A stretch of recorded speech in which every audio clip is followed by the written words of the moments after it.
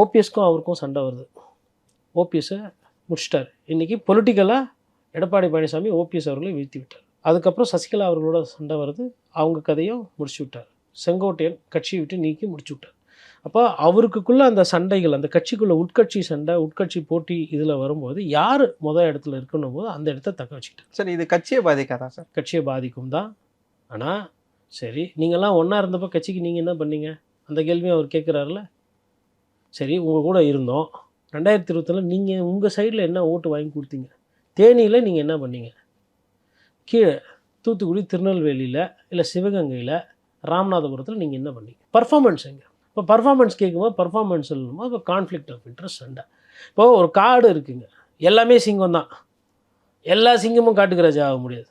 அந்த காட்டை எந்த சிங்கம் கட்டி ஆள முடியுமோ அந்த சிங்கம் தான் காட்டுக்கு ராஜா ஆக முடியும்.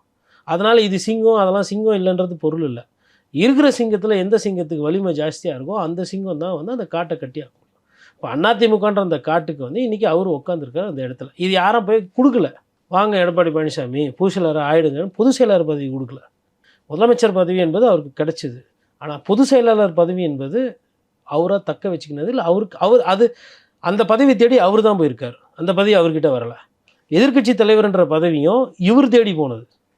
அப்போ ஃபஸ்ட்டு அந்த விஷயத்தை பார்க்கும்போது ஆக்சிடென்டல் சீஃப் மினிஸ்டர்.